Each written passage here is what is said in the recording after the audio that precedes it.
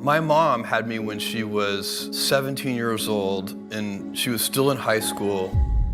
Levels of fame and wealth that are hard to comprehend.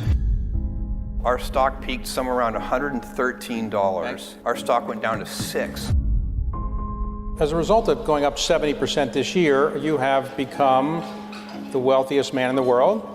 Is that a title that you... The year is 1980. A 16-year-old high school student shows up to a small McDonald's located in Albuquerque, New Mexico for his first shift as a line cook. After beginning his shift, he'll be given the job of cleaning the restaurant corner to corner, considering he was branded as the new guy. His manager, co-workers, and customers didn't think much of him at the time, but only because they had no idea as to who this kid would eventually become. The name of that 16-year-old McDonald's newbie happened to be Jeffrey Preston Bezos. In exactly 38 years after cleaning that Albuquerque McDonald's corner to corner, he would take on the title as the richest man on planet Earth. However, it's safe to say that such a journey would be no walk in the park. A journey full of risk, reward, ups, downs, successes, failures, and a load of hair loss. This is From McDonald's to Multi-Billionaire, Becoming Jeff Bezos.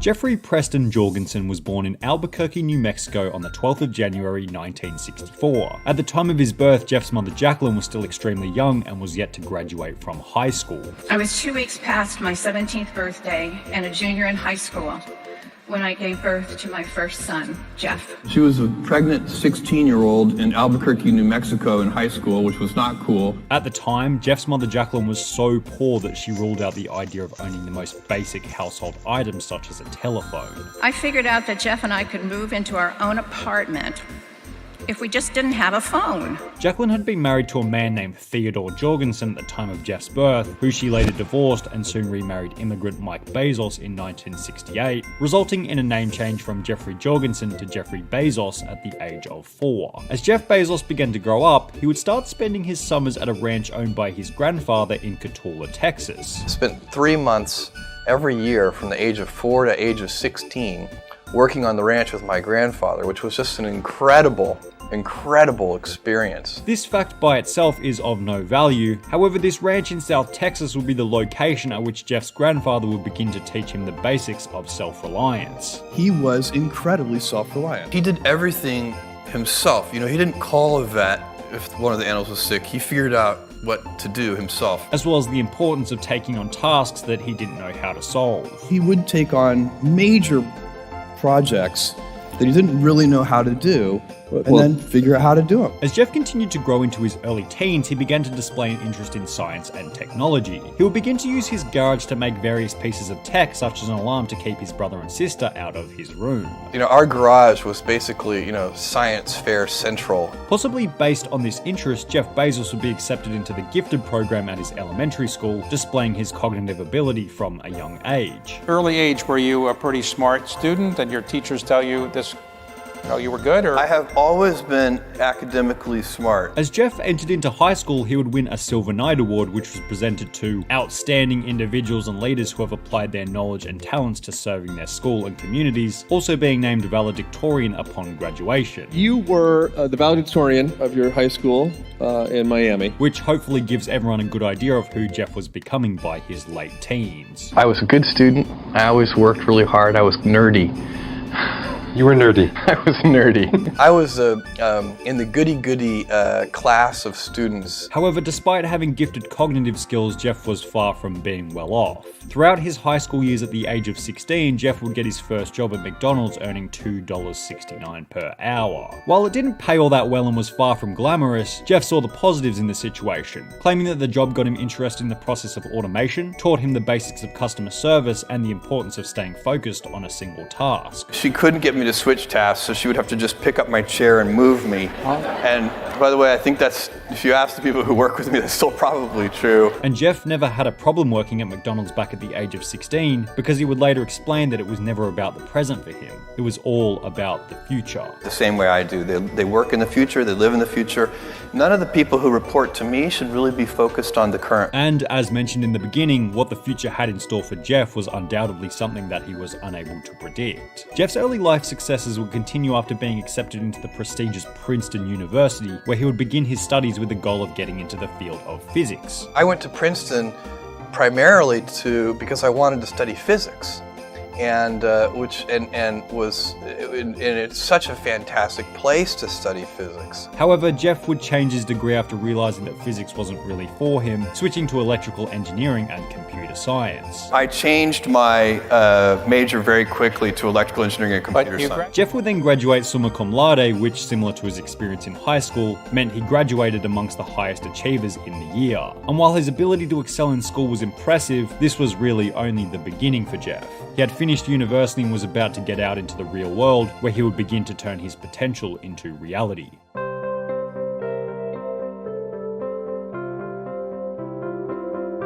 Unsurprisingly, Jeff would receive numerous job offers upon the completion of his degree at prestigious companies such as Intel, Nokia, and Accenture, however would decline these offers and instead take a job at a financial tech startup by the name of Fitel. But a financial tech startup simply wasn't good enough for a genius like Jeff Bezos, so he would eventually take his skills to a hedge fund by the name of D. Shaw in 1990 at the age of 26. I went to New York City and I ended up working at a quantitative hedge fund run by a brilliant man named David Shaw, D.E. Shaw & Co. Despite now being in this extremely prestigious, high-paying job, rather than valuing the money he was being paid, it seemed as though Jeff Bezos preferred to value the lessons he was being taught by his bosses. I learned so much from him. I used a lot of his ideas and principles on things like HR and recruiting and what kind of people to hire. And Jeff was going to need all of the lessons he could possibly learn, because Jeff was already thinking about leaving the hedge fund with the intention of taking on the biggest venture he could possibly think of. However, before taking on another big venture, he made what seemed to be somewhat of an impulsive decision. He wanted to get married. At a certain point, I decided I wanted to get married, and I had all my friends setting me up, and I had my list of criteria. And this was like good old-fashioned blind dates. I went on dozens of blind dates. As mentioned, Jeff began to go on blind dates, stating to have gone on so many that he became somewhat of a professional blind dater. I had all my friends set me up on blind dates. None of them worked out very well. Perhaps the reason Jeff went on so many blind dates without successfully meeting someone was because of his bizarre criteria when it came to finding a partner. When I was telling my friends my criteria, one of the ones that I would list was that I wanted a woman who could get me out of a third world prison. He stated that this was a requirement not because Jeff planned on landing himself in a third world prison, but rather because he wanted a wife who was resourceful. And I said, no, it's just a visualization for somebody really resourceful, because I think that you don't want to go through life with teammates who aren't resourceful. This requirement would eventually be fulfilled when Jeff would meet Mackenzie Scott in 1992, who he would then marry only 6 months later in 1993. We dated for 3 months, were engaged for 3 months, and then got married. So our whole kind of dating engagement period was only 6 months long. Jeff's life seems somewhat perfect at this point on the outset. A job at a hedge fund in one of the most prestigious cities in the world, newly married to a beautiful, resourceful wife. It seemed like Jeff couldn't have had it any better at the time. But as is said, when everything gets too perfect, the first thing we want to do is break it apart so we can have a challenge. And a challenge was certainly what Jeff Bezos was preparing for. What propelled you to say, I'm quitting this, I'm going to start a company selling books over the internet, I'm going to do it from Seattle? Where did that idea come from? In early 1994, after recently becoming the 4th hedge fund senior vice president at D. Shaw & Co., Jeff Bezos began to think heavily about what he wanted from life, eventually deciding that he was going to focus on a phenomena called a regret minimization framework, with the goal of having no regrets during his later years in life. When I'm 80 years old, I want to have minimized the number of regrets that I have. I don't want to be 80 years old in a quiet moment of reflection, thinking back over my life and cataloging a bunch of major regrets. At around the same time, Jeff found out about this new thing by the name of the internet. Internet is that massive computer network. The one that's becoming really big now. An online network called Internet. Allison, can you explain what Internet is? Now that I've gotten on the Internet, I'd rather be on my computer than doing just about anything. The Internet itself, however, is definitely exploding. It hit, and within like 2 years, it's become so powerful. The Internet gave us a whole world of exciting new possibilities. So I guess this is a story of how it changed our lives.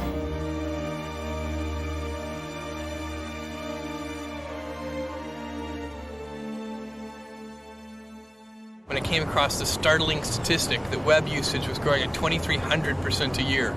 So I decided I would try and find a business plan that made sense in the context of that growth. Jeff realized that he could sell products through the internet and decided that creating an online bookstore might work as a business model. I picked books because there were more items in the book category than any other category, and so you could build universal selection. There were 3 million in 1994. This desire to minimize regret, combined with a genuine plan of selling books through the internet, ultimately led Jeff Bezos to quit his prestigious hedge fund job and venture out into the unknown of the business world. You had a great job.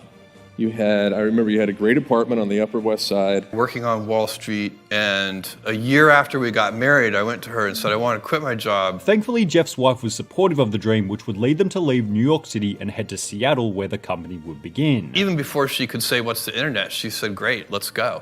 Because she wanted to support it. We're about to take off driving across the country to start Amazon, go to Seattle. With Jeff literally writing the business plan for the company in the car trip over. In fact, I wrote the first draft on the car trip from the East Coast to the West Coast. Shortly after arriving in Seattle, the company, which was originally called Cadabra, was stereotypically started out of Jeff's new garage. The movers packed their things and were already on the road when Bezos phoned them to say he had decided on Seattle. Jeff Bezos then accepted his parents' life savings of approximately $300,000 and instantly invested it into the company. Initial startup capital for Amazon.com came primarily from my parents, and they invested a large fraction of their life savings in what became Amazon.com. Also changing the name from Cadabra to Amazon, named after the Amazon River in South America. And he said, cadaver?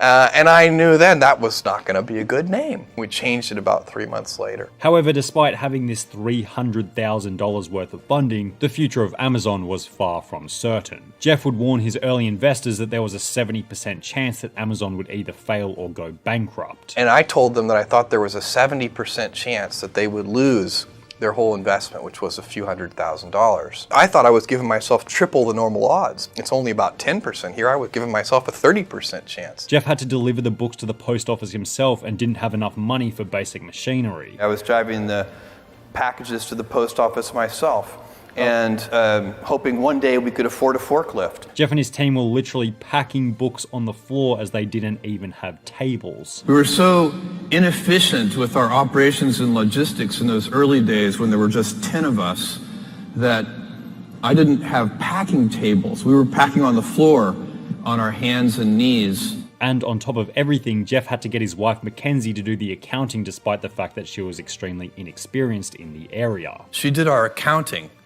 For like the first year. Was it the first year? Something like that. However, despite these areas of inexperience on the part of Jeff and his team, the business idea actually worked surprisingly well. We were shocked at the customer response. Literally in the first 30 days, we had orders from all 50 states and 45 different countries. I was shocked at how many books we sold. We were ill-prepared. Better yet, they did it without having to spend $1 on advertising. In the first year of opening Amazon.com to the public, we didn't do any paid advertising, and all of our growth was fueled by word of mouth and media exposure. And this initial success made sense, really. As previously mentioned, Amazon had the ability to sell as many different titles as they wanted without the inventory problems that a normal bookstore would have, all while saving their customers the time of having to physically go to their local Barnes & Noble. It was perfect. Plus, Jeff focused on what he described to be the absolutely most important part of any business. The number one thing that has made us successful by far is obsessive, compulsive focus on the customer, as opposed to obsession over the competitor. This initial success led to a range of investment from various individuals, totaling a further $1 million to put into the growth of the company. I raised $1 million from 22 different investors, $50,000 at a time, and they got 20% of the company for $1 million. Between 1990 and 1997, the percentage of households in the US owning computers increased from 15% to 35% because owning a computer was less of a luxury and more of a necessity. Increased computer usage as well as further funding led up to a point where the Amazon company would make their next big move, the initial public offering. Today, Amazon.com went public, and it seems to be trading well. A little under 3 years after beginning the company, Jeff Bezos would take Amazon public, $1.73 per share. Not a bad price considering that same share would be worth more than $3,000 today. The IPO raised Amazon a total of $54 million, and Bezos would officially receive the title of Millionaire for the first time. Exactly 1 year after the IPO at $1.73 per share, the stock price had climbed to $6, an increase of 350%. This almost quadrupled Jeff's net worth, but more significantly began to spark new ideas for what Jeff could do with the company, ultimately leading him to email his customers asking what it was that they wanted to buy off the internet. I wish you sold windshield wiper blades because I really need windshield wiper blades. And I thought to myself, we can sell anything this way. And then we launched electronics and toys and many other categories over time. It was through this market research that Amazon would go from an online bookstore to more of an online marketplace, supplying any product that the general consumer had a demand for. Edible glitter, inflatable sloths, taco sleeping bags. Whatever you wanted, there was a good chance that Amazon would stock it. And with an increase in products came an increase in revenue, leading the stock price to go from $6 as previously mentioned to $60 only 1 year later. It went up almost 1,000% last year. When have you seen anything comparable? Nothing. And as one of the greatest old sayings goes, it takes years to become an overnight success, no exception for Jeff Bezos. Because despite only becoming a millionaire in 1997 after Amazon's IPO, only 2 years later in 1999, he would be registered in Forbes' World's Billionaires list with a net worth of $10.1 billion. Despite having a multi-billion-dollar net worth, Bezos remained humble and committed to his customers by continuing to drive his 3-year-old Honda Accord. You yourself are worth somewhere in the vicinity of $9 or $10 billion today. What's with the Honda? This is a perfectly good car. As well as keeping an old desk that had been made out of a door. Now, I've heard a lot about your desk. It's a door with 4x4s. I mean, you can afford a better desk than that. It's a symbol of spending money on things that matter to customers and not spending money on things that don't. However, saving as much money as possible was exactly what Jeff needed to commit to, because unbeknownst to him, one of the biggest stock market crashes in history was already underway. At the peak of the internet bubble, our stock peaked somewhere around $113. And then after the internet bubble busted open, our stock went down to $6. It went from 113 to 6 in less than a year. The dot-com bubble. A dark cloud was looming on the horizon for every online tech business, and it's safe to say that Amazon was about to be put to the test. Amazon had serious crises. In 2002, you went almost bankrupt. So what went wrong, and what did you learn from that? Between March 2000 and October 2002, the Nasdaq would drop by 78%, causing multiple large online businesses such as Pets.com to fail and shut down. Pretty strong fear about losing it all. Are you afraid of that? I know we can lose it all. It's not a fear. In 1999, just before the crash would begin, Amazon's stock price would hit a high watermark of $113 per share. The dot-com bubble would begin to burst in March 2000, and it would be less than a year after hitting $113 that the share price would drop to only $15. By late 2001, the stock had fallen further to $5.51 per share, a total drop of approximately 95% since its peak. My annual shareholder that year starts with a one-word sentence. And that one-word sentence is the word ouch. Amazon had to lay off 14% of its staff, indicating that the company was absolutely on the ropes. Jeff's personal net worth had dropped from $10.1 billion in 1999 to $6.1 billion in 2000, then $2 billion in 2001, finally dropping to $1.5 billion by 2002. And if you follow that trend all the way along, the eventual outcome could have been zero for Jeff Bezos. However, Jeff wasn't going to give up that easily. He was a fighter. In fact, he wasn't even going to see it as a negative. He had such a strong mindset that it was simply a learning experience. The whole point of moving things forward is you run into problems. You run into failures, things don't work, you have to back up and try again. Despite the stock dropping by 95%, Jeff explained that the stock wasn't the company and the company wasn't the stock. Because despite the massive plunge, things weren't looking all that bad internally at Amazon. Every single thing about the business was getting better and fast. And so as the stock price was going the wrong way, everything inside the company was going the right way. And while the company had to lay off 14% of its staff, there was still extensive innovation going on behind the scenes. Amazon would announce Amazon Web Services in 2002, which took data from website traffic and helped third-party retailers build their own web stores. Perhaps it was just good timing in relation to the end of the dot-com bubble, but around this time, Amazon stock began to rise in value once again, eventually reaching $50 approximately 2 years after its low point during the dot-com bubble, representing a gain of 500% per year. But this total stock price rebound of 1,000% was nothing in comparison to what was coming for Jeff Bezos, and it wouldn't be long before he would take his life to the next level. By 2006, after innovative introductions at Amazon such as the Kindle, Jeff's net worth had once again increased back up to around the $8 billion mark. At this point, Jeff decided that he wanted to help humanity in more ways than simply shipping products worldwide on Amazon, and as a result began to focus on a different company. If you could just take a minute or two and sort of help us understand, what is Blue Origin up to? Jeff Bezos had always had an interest in space. His valedictorian speech focused on the exploration of space and had claimed to have gotten interest in other planets after watching the moon landings for the first time. Space is like that for me. I watched Neil Armstrong step onto the moon when I was 5. Jeff Bezos created the company Blue Origin all the way back in 2000, however had kept it on the down low until around 2006 when it was considered financially feasible, at which point a large plot of land in Texas would be purchased for launching and testing the company's rockets. The vision for Blue Origin is millions of people living and working in space. The goal of the company was very much similar to another well-known and loved entrepreneur by the name of Elon Musk. I learned that the fundamental issue is actually the cost of access to space. With both entrepreneurs attempting to produce cheap rockets while ensuring the future of human existence. We're now big compared to the size of the planet.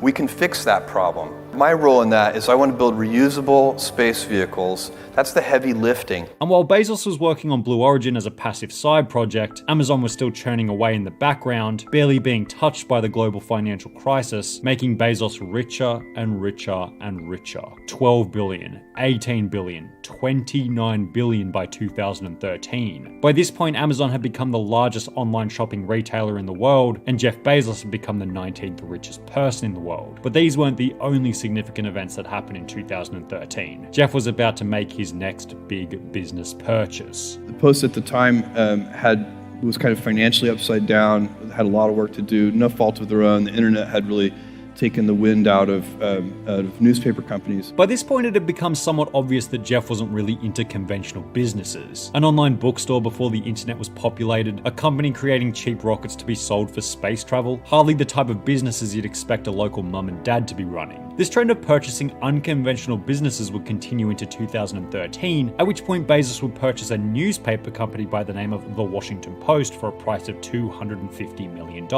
I asked him how much he wanted. He said $250. I said fine. I didn't negotiate with him, and I did no due diligence. By 2013, the internet had completely taken over the traditional newspaper business model. The problem was a secular one. The internet was just eroding all of the traditional advantages that local newspapers had, all of them. And Jeff's rationale for purchasing the Washington Post was actually extremely smart. The Washington Post already had a load of talented people who knew a lot about news and media, and Jeff had become a master of online businesses. So Jeff would mix his knowledge of the internet with Washington Post's knowledge of news media with the goal of making the company profitable once again. Inside the Washington Post, we have so much talent that understands newspapers.